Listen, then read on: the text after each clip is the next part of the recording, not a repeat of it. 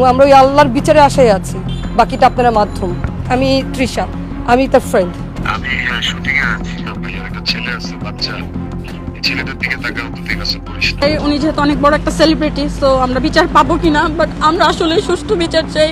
আর তার থেকে বড় কথা, ইকরা আপু সুইসাইড করার মতো মেয়ে না। অনেক দিন যাবত, ইভেন 3 বছর যাবত এই মেয়েটার সাথে তার এটা আমরা সবাই প্রমাণ। এবার চারদিক থেকে ফেসে গেল ছোট পর্দার অভিনেতা জাহেরা আলভী। একে একে নতুন নতুন তথ্য আসছে তার বিরুদ্ধে। খুব দ্রুতই তাকে আইনের আওতায় আনা হবে।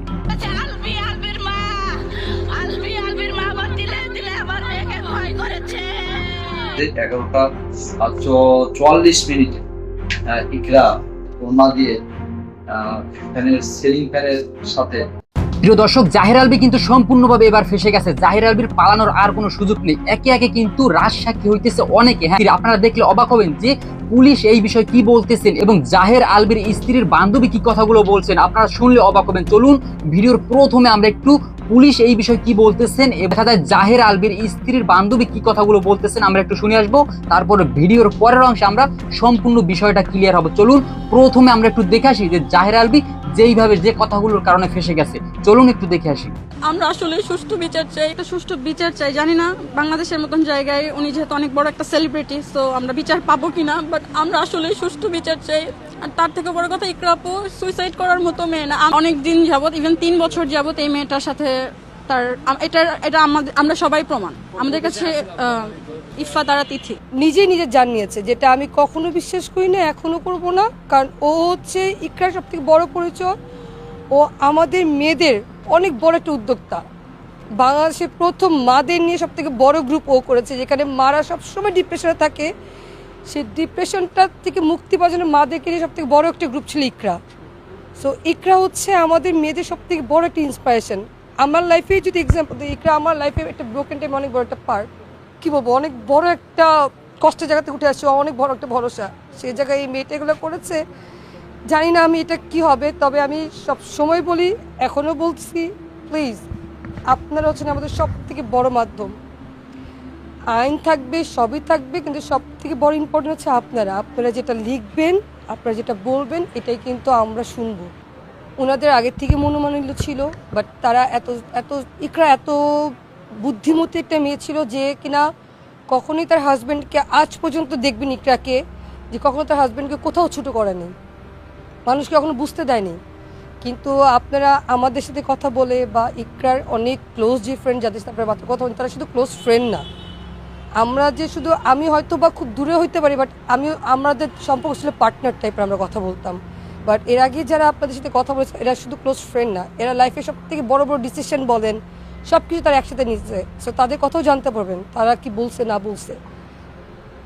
সম্পর্কটা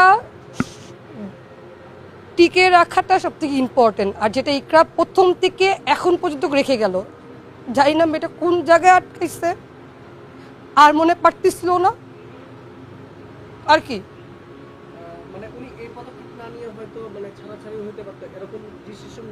ও কখনো ছাড়াছাড়ি চায় না, ও কখনো চায়নি ওর ছেলে ব্রোকেন ফ্যামিলিতে বড় হোক, এটা ও কখনোই চায় না। এখন আমি বারবার বলবো, ইকরা ইকরা ইকরা। একটু আগেও একজন বলে গেছেন ওর নিজের একটা পরিচয় আছে, এবং যেটা অনেক পাওয়ারফুল। আপনি আমাদের ইকরার আরও পাস্ট ইন্টারভিউ দেখবেন, তার হাজব্যান্ডকে নিয়ে ইন্টারভিউ দেখবেন, সব জায়গায় দেখবেন তার হাজব্যান্ড এই পর্যন্ত চলে আসা বা যাই হোক না কেন, সব থেকে বড়ো সাপোর্ট তার ওয়াইফ, ঠিক আছে।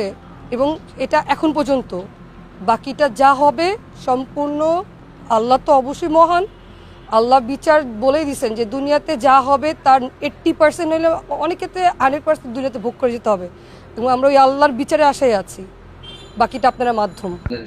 একটি টিম পাঠায়, সেখানে গিয়ে তখন দেখতে পাই যে ইতিমধ্যে তাকে ইসলামিয়া হসপিটালে নিয়ে গেছে চিকিৎসার জন্য স্থানীয়রা। সেখানে গিয়েও দেখে যে না, সেটা তাকে, ওনার নাম হচ্ছে আফা ইবনাত খান ইকরা। ইকরাকে তখন কর্মীটোরা জেনারেল হসপিটালে চিকিৎসার জন্য নিয়ে যাওয়া হয়, স্থানীয়রাই নিয়ে গেছে। তারপরে তাকে চিকিৎসা দেওয়া হয়, তারা তাকে মৃত ঘোষণা করে। তো এখানে আমার পুলিশের একটা টিম ওখানে গিয়ে তদন্ত করে এবং সিসি ক্যামেরার ফুটেজ গুলো কালেকশন করে। তাতে দেখা যায় যে 11:44 ইকরা তার শরীরে ওড়না দিয়ে ফ্যানের সিলিং ফ্যানের সাথে তার গলার সাথে আটকায় ফাঁসি দিয়েছে এবং দরজা ভেঙে তখনকার গ্রুপ ক্যাপ্টেন মোতালেব সাহেব সহ স্থানীয়রা তার মৃতদেহ বের করে প্রথমে তারপরে তার মৃতদেহে ইনকোয়েস্ট করে পোস্টমর্টম রিপোর্টের জন্য আমরা সোহরাওয়ার্দী মেডিকেল কলেজ হসপিটালে প্রেরণ করেছি। এই ব্যাপারে আমরা এদের বাবা মার জন্য অপেক্ষা করেছি, তারা এসেছে এবং এ বিষয়ে আইনগত ব্যবস্থা প্রক্রিয়া। স্বামী জাহের আলভী উনি অভিনেতা ছিলেন, আমরা যত জেনেছি উনি নেপালে আছেন। তো তাদের মধ্যে মনোমালিন্য থাকতে পারে, কি কারণে আত্মহত্যা করেছে এটা আমাদের তদন্ত চলমান, নিবিড় তদন্ত অনুসন্ধান সাপেক্ষে আমরা পরবর্তীতে বিস্তারিত ফাইনাল। প্রথমে আমরা প্রক্রিয়ার এই ধরনের কিছু পাই। ফেসবুকে একটা পোস্টের তথ্য আমাদের হাতে এসেছে, সে লক্ষ্যে আমরা আত্মহত্যার একটা অবহেলাজনিত বিষয়টা আমরা প্রাথমিকভাবে মনে করি। আচ্ছা, নিবিড় তদন্ত চলমান আছে। বাবা অভিযোগ দিচ্ছে, অভিযোগ আমরা সম্পূর্ণ হলো দেখে নিয়মিত মামলা। তিথি মেয়েটার নাম, তিথির সাথে ওর রিলেশনশিপ আছে আছে আছে নাই এগুলো নিয়ে আজকে মোটামুটি 2-3 বছর যাবত এগুলো নিয়ে কথাবার্তা। তো ইকরা আগে থেকেই সন্দেহ করতো, বাট আলভি এটা প্রতিনিয়তই বলতো যে না আমরা জাস্ট কলিগ।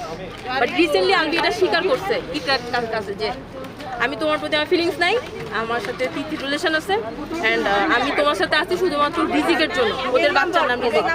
তিথির সাথে সবই ইকরা শুনছে অ্যান্ড ইকরা এগুলো নিয়ে কথাবার্তা। ইকরা এগুলো আমাদেরকে ফোন দিচ্ছে, আমাদের একটা গ্রুপ আছে যেখানে আমরা প্রতিনিয়ত কথা বলি, কানেক্টেড থাকি। ইকরা কান্নাকাটি করছে, আমরা ওরা বুঝাইছি। ইকরা রিসেন্টলি হচ্ছে আলভি শুটিংয়ে নেপালে গেছে, তিথিও গেছে, তিথিকে নিয়ে গেছে। আমরা স্পেসিফিক জানি না আজকে সকালে কি হয়েছে। গতকালকে আগের দিন ইকরা ফোন দিয়ে বলতেছে যে আমি ভিডিও কল করছিলাম, রিজিকের শরীরটা খারাপ, রিজিক ওর পাপার সাথে কথা বলতে চাই, ও ফোনটা পিক করতেছে না। তখন হচ্ছে ইকরা অনেক কান্নাকাটি করতেছিল যে ওই মেয়ের সাথে আসছে। আমি জানি ও কোন রুমে আছে, ডিলাক্স রুম সবই। বার্থডে তো ওই দিন আবার ওই মেয়ের বার্থডে ছিল, ওই মেয়ের বার্থডে সেলিব্রেট করার জন্য আলভিওকে নেপালে নিয়ে গেছে অ্যান্ড ইকরা এগুলো সব জানে। ইকরা তখন ওকে ভিডিও কল দিছে, আলভিওকে স্ট্রেট বলছে যে তুমি আমাকে এখন ইচ্ছা করে মানে রিজিক অসুস্থ এটা বলে তুমি আমাকে মিথ্যা কথা বলতেছো, আমাকে ডিস্টার্ব করতে চাচ্ছ, এখন আমাকে তুমি ডিস্টার্ব করতে চাচ্ছ। এগুলো নিয়ে ইকরাকে ও উল্টা ইয়ে। ইভেন ওই মেয়ে আলভির ওয়াইফের সাথে হাজব্যান্ড ওয়াইফের মধ্যে এগুলো নিয়ে ওই মেয়ে হচ্ছে পজিটিভ হয়ে ঝামেলা করে, তুমি তোমার বউয়ের সাথে কেন থাকো, এগুলো নিয়ে ওই মেয়ে আলভির সাথে ঝগড়া করে। এন্ড আলভি আবার ওইটার স্ক্রিনশটও আছে, ইকরার ফোনে সবকিছু স্ক্রিনশট আছে। ও আমাদেরকে গ্রুপে অনেক সময় স্ক্রিনশট পাঠিয়েছে, দেখ ওরা এই করতেছে সবকিছু কিছু এভরিথিং। ইকরা অনেক স্ট্রং একটা মানুষ, আমি ওকে চিনি আজকে অনেক বছর। ও আমার বেস্ট ফ্রেন্ড, আমরা বেস্ট ফ্রেন্ড। ও কখনো এগুলা করার কথা না, ও এরকমই না। ও বরং অনেক ডিপ্রেশনে থাকা মানুষকে ও নিজে কাউন্সিল করে করে করে করে নর্মাল লাইফে আনছে, এরকম অনেক আছে। সুইসাইড ও কোনোদিন করার।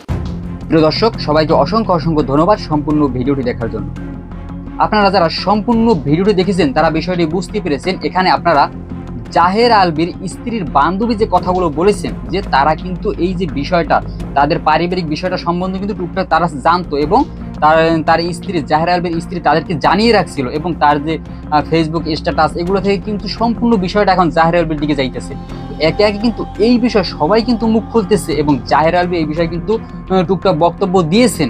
অন্যদিকে আপনারা পুলিশ সদস্যদের বক্তব্য এখানে শুনেছেন যে তারা এই বিষয়ে কি বলতেছেন। তারা কিন্তু একটা আনুমানিক ধারণা দিয়েছে যে কিভাবে কি ঘটনাটা আনুমানিক ঘটছিল বা ঘটতে পারে, এমন একটা ধারণা কিন্তু আনুমানিক তারা দিয়েছে যে আসলে কোন বিষয়টা নিয়ে এই কারণটা হতে পারে, এই সকল বিষয় কিন্তু তারা একটা ধারণা দিয়েছে। আপনারা যারা সম্পূর্ণ ভিডিওটা দেখেছেন তারা বিষয়গুলো ক্লিয়ার হয়েছেন। কিন্তু এখানে দেখা যায় যে জাহের আলভীর স্ত্রীর বান্ধবী, তারপর দেখা যায় তার যে শাশুড়ি আছে, তারা কিন্তু সম্পূর্ণভাবে জাহের আলভীর দিকে আঙুল তুলতেছে যে এর পিছনে সম্পূর্ণ দায়ী জাহের আলভী। আপনারা এই বিষয়গুলো দেখেছেন এবং এই বিষয়গুলো দেখার পরে, সম্পূর্ণ ভিডিওটি দেখার পর আপনাদের ব্যক্তিগত মতামত এই বিষয়ে কমেন্টে লিখে যাবেন যে আসলে জাহের আলভীর যে এর সাথে কোনো সংযোগ থাকতে পারে কিনা, বা দেখা যায় আপনাদের কি মনে হয় যে আসলে এর সাথে জাহের আলভীর হাত আছে কিনা, সেই সম্পূর্ণ বিষয় আপনাদের ব্যক্তিগত মতামত আপনারা কমেন্টে লিখে যেতে পারেন। এবং যারা আমাদের চ্যানেলে নতুন, অবশ্যই নতুন নতুন ভিডিও সবার প্রথম যাতে আপনাদের কাছে যায় সেজন্য চ্যানেলটি সাবস্ক্রাইব করে পাশে থাকবেন এবং ভিডিওতে একটি লাইক করে দেবেন। সবাই ভালো থাকবেন, সুস্থ থাকবেন, ধন্যবাদ সবাই।